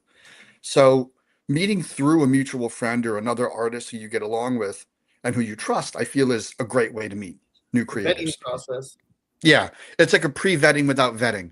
Yeah. And just 20, and then Hey, we're Jewish. so that's been great. Sometimes online, but I take it offline. So if it's on a Discord or on some other sort of social media platform like IG or whatever, we'll go into the chats, we'll talk, we'll figure something out, and kind of go from there. And cons have been great for that also, like Alex said, meeting other artists at cons. But I'm a big believer in creating a stable of people and creators that you love to work with repeatedly, and you continue to work with them repeatedly as much as you can, because why break it? Right? You have something that works that really, really well, or you complement each other. And I think there's nothing better than a company, right? Than a theater company. And I think there's a lot to be said for that and finding that. And the other collaborators, like Ralph, who's our colorist, who's amazing. I met him through Kubert School. So we were in a class together, and that's where we met, and we've been working on stuff since. So, that's also workshops and things like that are also great places to meet people. And we've been together now for 40 years. And that's it. Same at the beginning of when Harry met Sally. We'll be like on a couch. And... Yeah. That's our origin. Do you remember Tom? No, it was Tony. No, it was Tom. Shh. We don't talk about Tom. Not the Tom here. Obviously, we can talk about him. I'm talking about him as though he's not still in the chat. Definitely. Hey, always talk about that song. All right, Marcus, what are your thoughts? It's pretty easy. You just stalk people. That's what I do. It doesn't have to be loud. It's like gang stalk. You follow them, look at them from the shadows. But that's essentially what I do, like online, like whether it's Facebook, whether it's Reddit, Instagram, DeviantArt, Behance, like wherever people are sharing their artwork, sharing their work, I am in there, and I'm scoping, and I'm looking, and I'm watching, and keeping them in mind. And I build a little profile of people. I get their names, their contacts, everything like that down. And I check up on them periodically. So I'm not just like, oh, that was cool. I'll come back in 3 months, 4 months, 6 months, see what they're doing. Of course, being a publisher, I get tons of submissions. So people just every week, every day, just about, people are sending me their portfolios and their work. So I don't even have to really go out and do everything, but I really, like, I want to see the people that are like making me feel something. That's what I'm looking for. Like, whether it's their style, their artwork, something that they're working on, doing things like that, building connections. I'm pretty active in the fine art and the educational art spaces here in Southern California. So I'm actually meeting people in person. I'm seeing them in drawing classes or instructions that we're doing. They come to me at conventions, like cons, just like Allison. That's a huge thing. Get to meet them in person, get to see what they're about. I take the time to, get to know people. I'll just go have coffee with people. We'll grab something, talk about comics, talk about stuff, things that they're working on, like wherever I can crawl in and get into someone's ear or see their work and have like serious, like meaningful conversations about stuff. I'll do that. So that a lot of times, like, I will either get a submission from someone I was already have been tracking like this and staying in contact with, and knowing that, like, when they're ready and they got something that they think is like, Marcus is going to fuck with this, they'll go ahead and bring it over and we'll start doing it. So like, it's almost part of my development process as a publisher is like the creative outreach. Because a lot of times I'm not going like, oh, I got this brilliant idea, I need to go hire an artist to do it. I'm finding the people who I think are already brilliant. And I'm saying that when we collaborate on something, like I'll hire you for, variant cover and stuff like that. That's typically how the relationship starts to build. But like, I have a really like uncanny sense of people that, like, I know they're going to do something good. Maybe not now, maybe not next year, but they're going to do something. Like one young lady that I'm working with, and we'll do a campaign with her. I've been following her work for like 4 years, knowing that, like, if she keeps on the path that she's on and she makes that leap, that I'm going to be there with waiting arms to bring her in. And that's exactly what happened. And I'm really proud of how that, like, collaboration is growing and coming out. And then build connections up, like, ask someone to pick, like, if I wanted to go out and get, like, on our next campaign, get an Alex Maleev cover, I can do that. You talk to even like the big pros and the agents and the things like that. Like, so whether it's someone who has never done a comic book before, or like, a veteran that has done tip top stuff at, any of the big publishers and stuff, like, they're all within my reach depending on what my budget is. Obviously, certain people typically fall outside the purview. Not all the time, but sometimes I'm able to bring it in. And then really just thinking, I probably spend like 5 hours every week on just the creator stuff, creator contact, creator relationships, outreach, like all that creator centric stuff is a huge part of like my schedule. So a lot of things that you see come out of Odyssey, they're not because like they're accidental or had the idea for something I brought for something. I've been building this like little secret cabal, like cult of like people that I work with. I would say probably like 65 creators strong now, internally at Odyssey, and then that shortens the contact too. Now I'm at the point where we're shifting sorts of creative studio rather than a publisher. So if like Big Dog Inc. wanted to get a certain type of book done, and you say like, hey, Marcus kind of like does this sort of thing. Usually I'll kick it over to him. I'll say like, yeah, I got all this list of all these. Now I can give you a whole creative team that could fit that vibe that you want to do, and we'll get it done. And they're pros and they're good, and like you won't have any issues with production, no bickering, like nothing like that. It's just going to be a sweet, easy process because I've been buttering them up for 36 months. We've gotten that a relationship with them, and then it's helped them with everything else they're doing for everyone else too. Yeah, I think that the finding artists, that's the easy part. They're everywhere. They're everywhere, people. The hard part is finding the people that are serious about it. Yeah. Because even if they're good, it doesn't mean they're serious about making a comic. Particularly when you're talking about interior folks.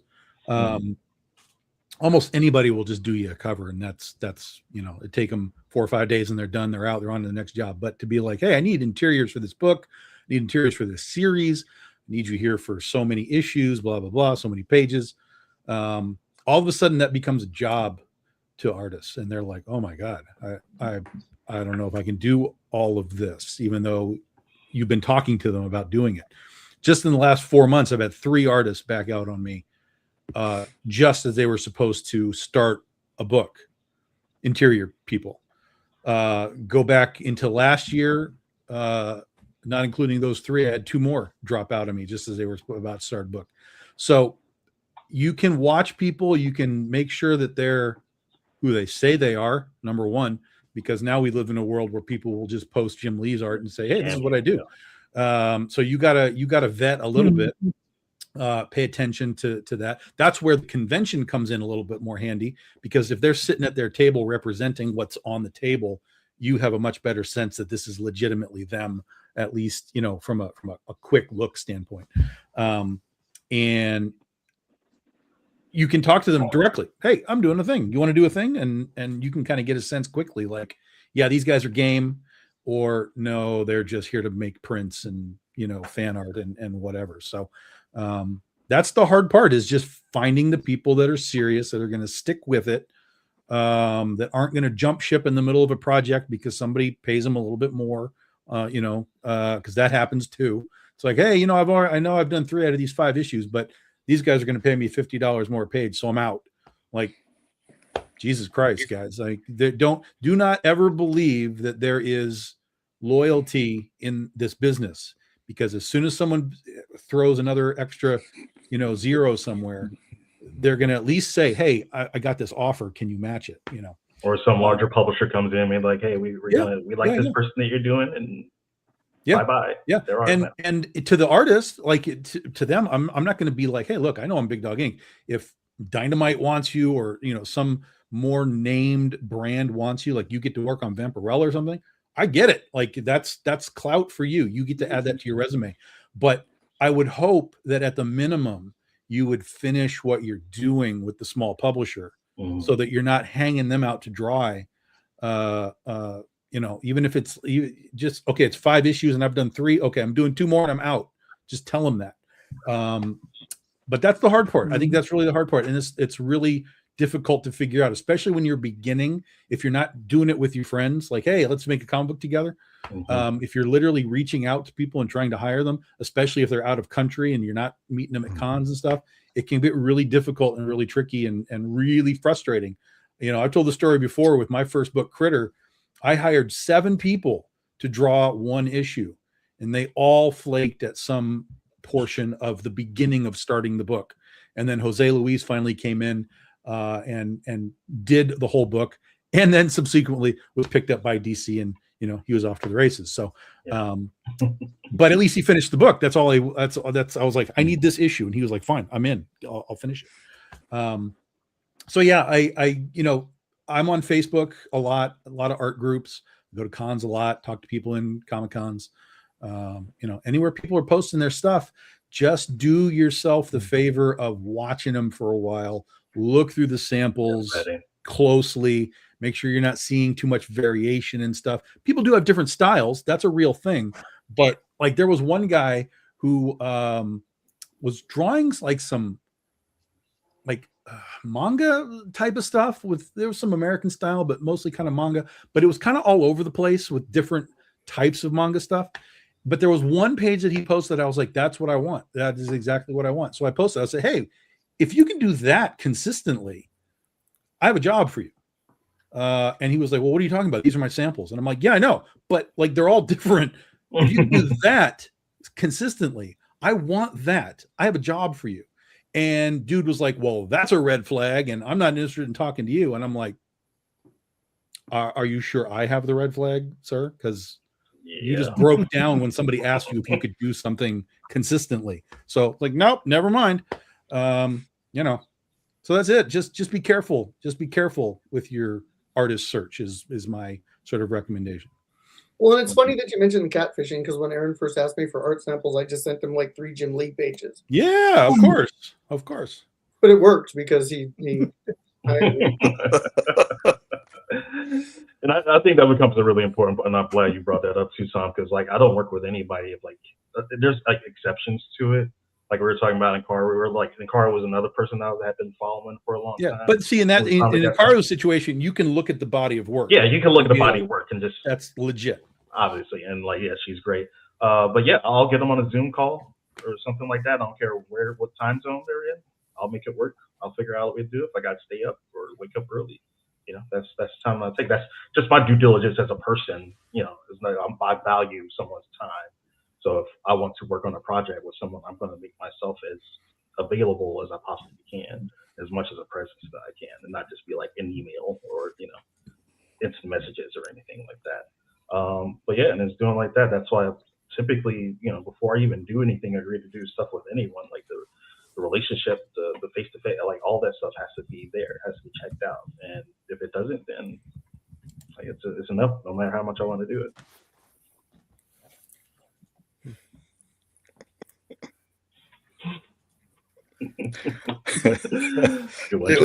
I thought it was a good picture of me for something. Yeah, Joey, you should share that with the rest of us. There you go. Yeah, it is a good picture. That's what we're saying. Yeah. There you go. Really Jay, good what are your thoughts? You know, if you're coming all the way to New York City from Nebraska to sleep on somebody's floor, right, and use your backpack as your pillow, it shows me that you're committed to doing the work, right? At least to finish the issue, if anything. But yeah, just like Tom, I've detailed the struggles. Vicky Sticks should be on its 15th issue right now, right? I had one guy who kept me going as he was working on a Valiant book. I had another guy kept me going for 2 years. And just right. I finally found somebody. Hopefully we can ride it out, at least to finish the arc. You know, let's finish the arc on this. But no, you know, I mentioned that Nebraska thing, but I got, you know, two brothers at this point who flew in from Colombia, right? And didn't even get Airbnb, just stayed in hostels in New York. I didn't even know there were still hostels in New York. Yeah, looking for work, and I'm like, you fucking here? Let's go, right? One of them had kick-ass Hellboy pages, and I'm like, that's the fucking shit. I love that. And one of the other guys, you know, help me find my colorist. So yeah, loyalty though is hard to come by, man, and not just getting picked up by larger companies or get into a bidding war. Sometimes life happens, right? You know, one of my brothers lost his wife 2 weeks ago, right? Not this Saturday. The Saturday passed, man.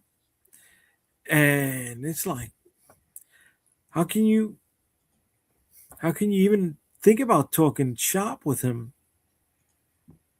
right? When he's going through this. All you can say is my heart goes out to you, bro. You know, my heart goes out to you. And this is the tough part. Do you put the stuff that you were going to work on with him on hold? Or do you go and work with somebody else on it? That's gut-wrenching, man. That's gut-wrenching, you know? I'm gonna fucking put it on hold. I'm gonna put it on hold. I don't know. Loyalty is my cross to bear on this. Yeah, and I think when they're labors of love, especially, it's you know, something that maybe the onus is on us to sort of be loyal to the entire team. You know, it's a, you know, going into battle together, to use a tired, you know, sort of analogy, but it really is in a lot of ways. I like to use the band sort of metaphor for us, you know, because you have to be able to read each other and the timing if you're changing signatures, and the rhythm section has to be in the pocket. And, you know, when you find people like that you can work with, you know, you should hang on to them. And if that means sometimes putting something on hold, because life, you know, kicks us all, you know, gives us all a good throat punch every now and again. And, you know, that, you know, the word empathy comes to mind. And I think we just all, the world would be a little better place if we all maybe were a little bit more loyal, both inside and outside of comics. But, you know, we all have things that are going on. And yeah, but again, I think it's, especially in the indie community, when it's a labor of love, loyalty is important, and so yeah, of course, what a person is going through is going to be far more important than finishing a project at a self-imposed time. Yeah. So Calderon, answer your own question, buddy. Yep. Yeah, I'm having internet issues. I don't know what the hell's going on, but It's the pretty much storm like going Tom. on. I don't know if you guys.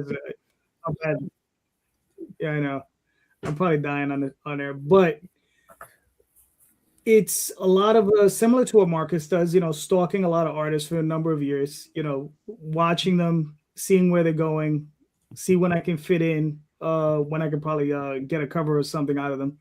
But also it's a thing of just keeping your eye. It's kind of like keeping your nose at a grindstone. You have to constantly watch, because once in a while a person will pop up and you're like, ooh, who's that guy? And you'll see their artwork. And then my process is like, okay, can you do a cover for me, or can you do a pin up? And then I got to see if they can do X character correctly or Y character correctly. And then I'm like, okay, then maybe give them a short story, 5-6 pages, then work from there.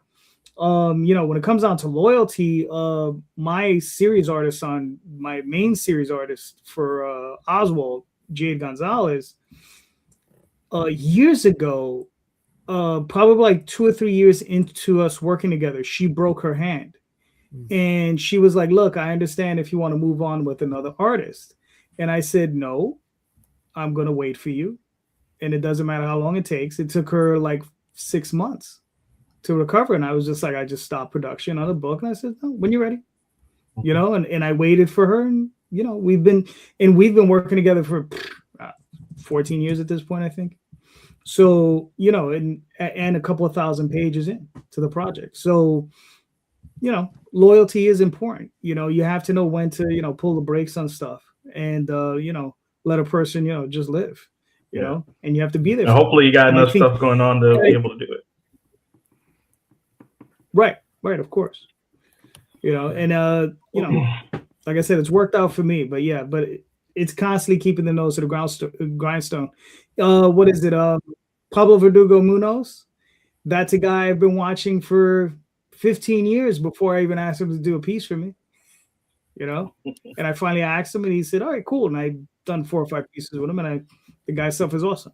So, all right. Jay, you got a softball you want to close this with, or no? Got nothing, kid.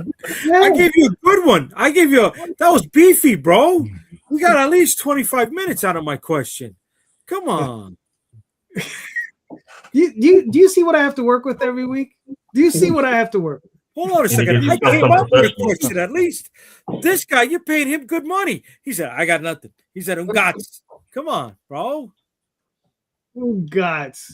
Jesus. All right. I got to say this, though.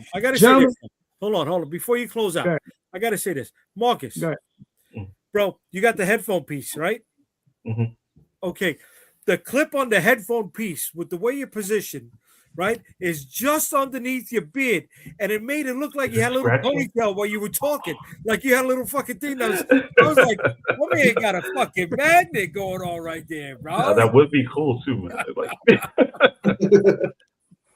He spiced up his fucking look for a second. I'm like, that's how you do it, cuz. Shit. Oh, I saw that too. I thought that was a thing. I'm like, nice. It just so happened to fall right along like my beard line. Yeah. I was like, I gotta up my game. Yeah, man, it was wiggling. I was like, did Marcus take care of fucking business? What's going on there, man? Fucking you West Coasters. You West Coasters always try to one up all of us. We're innovators all the time. Yeah. Stardust. All right, gentlemen. This was fantastic. You guys are all great. Thank you so much for being here. And we're going to start with Aaron. Aaron, where can we find you and your work, sir? Well, we're going to have the Kickstarter launching this week. You can find that on Kickstarter for Sticks and Stones. Also at sticksandstones.com with the N in the middle. I am on IG at Aaron Cohen Writes. So you can find me there. And also on Blue Sky and Facebook. All right, cool. Marcus. Odyssey Comics, odysseycomics.com, Odyssey Comics just about everywhere. You hit our website. Every messages comes to me. We also got new books that we just listed, and then a whole new refresh that we did to the website. So be sure to check it out. And then, yeah, check out for Culveron in the show notes if you're watching this. And go ahead, give it a follow, and we'll see you around. All right, cool. Alex? Ditto the Sticks and Stones, obviously. And then my personal website is alexschumacherart.com. And then I'm on Instagram, Blue Sky, all the above, at AJ Schumacher Art. And I post obsessively. So, All right. Very nice. All right, Tom, where do we find you? BigDogInc.com. Get your books, Kickstarter, Legend of Oz, all year long. This campaign has 10 days to go. This will lead us into Goth Day, which is our final issue of Goth Day in May. And then the next issue of Oz will be towards the end of July after I get back from San Diego Comic-Con. All right, cool. Mr. Rosario. UnstableComics.com. You can find all my social media links on the website. Then on Friday nights, you can see me with this guy and with this guy over on Comic Book Streamland on YouTube. And then we've got the Dead Princess Vicky Sticks. Late pledges going on until December 12th. I know it's a long time. That's because that book is part of a special creator trading card set that includes this guy and that guy and a few others. So the set will be completed hopefully by the end of the year. So that's why all of our books that are involved in those late pledges are going until December.